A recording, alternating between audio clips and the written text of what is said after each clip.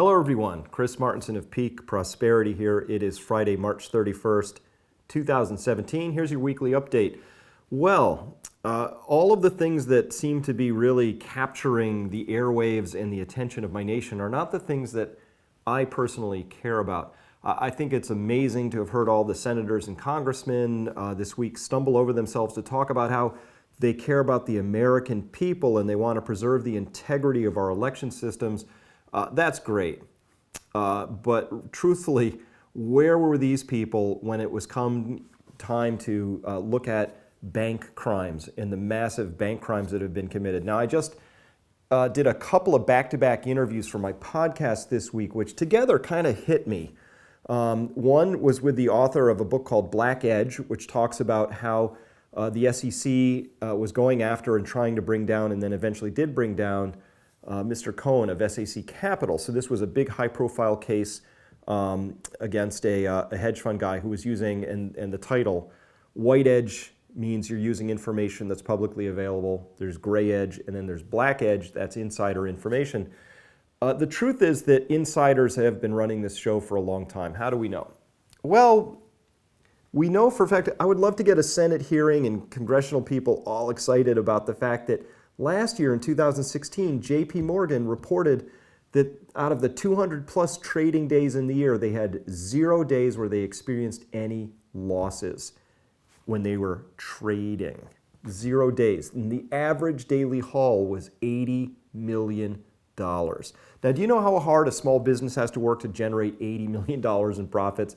What do you think they did when they were trading at JP Morgan to earn their $80 million? Bust a sweat, crack a couple fingernails? Nope, they were just clicking keys, doing stuff. Here's the thing. The reason I say we need to have a Senate and a congressional inquiry into this is that when you're trading, that word trading means there's some element of risk, right? So if you and I are trading stocks, one of us is going to win, one's going to lose. It's kind of how the game works. It's a zero-sum game. When you have 0 days of losses, the probability of that happening vanishes to zero, of that being having any sort of a realistic sense of loss involved.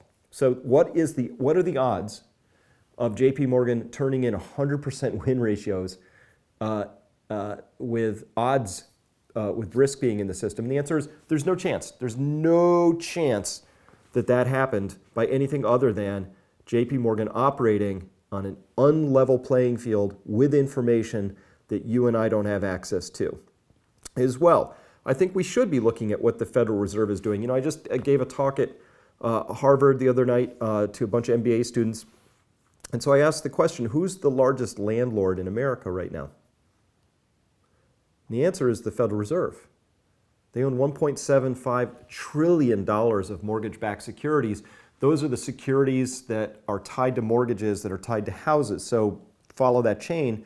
Federal Reserve, largest landlord. How did they become the largest landlord? Where did the Federal Reserve get $1.75 trillion? Well, the answer is they typed it up and it came out of thin air. That's how the Federal Reserve works. So maybe the congressmen and senators of this fine country, if they really cared about the American people, would be asking questions like, hey, Federal Reserve, who prints money out of thin air, is it appropriate for you to be buying up the hard physical assets of this country using money printed out of thin air?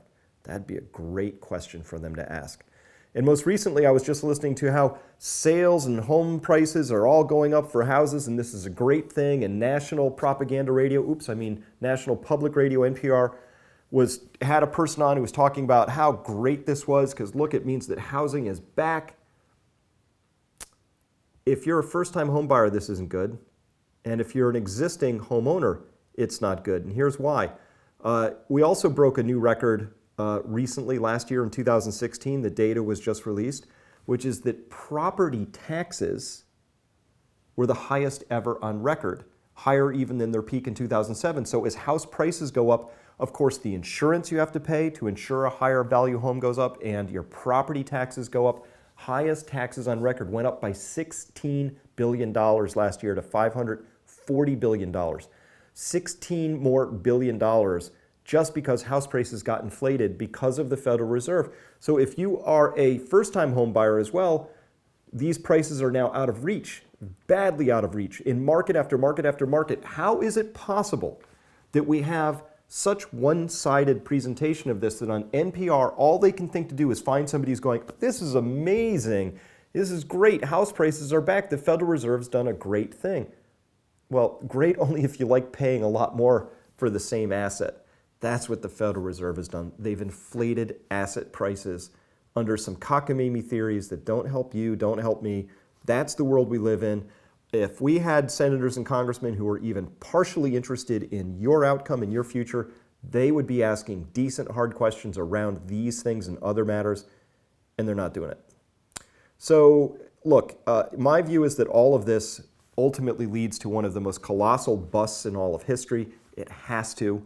It has to because money and stocks and bonds and all of those things, they're not actual wealth. They're claims on wealth. Real wealth is the substances from the earth and the people who transform those into market-based products and services. That stuff isn't growing so fast. The debts are growing real fast. In the United States last year, we put on it was about a 10-to-1 ratio. We put on about 60 billion more in GDP, and we increased our debts by about 680 billion. So huge amounts of debt piling up. Very little activity resulting. That ends in a bust at some point. What can you do about that? Well, one thing you could do is come to Row. It's almost time. I think it's next week by the time you're watching this. We will have our once a year Row seminar, April 6th to 9th. And that's Thursday to Sunday. And we will go through the 8 forms of capital, the ways you can become resilient, because you can't control monetary policy. I can't control it. But we can make ourselves resilient, and we can do that together. That's what the Row seminar is about. It's going to be a great time. Almost completely full right now, a couple spots left. So with that, have a great weekend if you're watching this in time for that to make sense. Otherwise, we'll see you next week, and thank you for listening.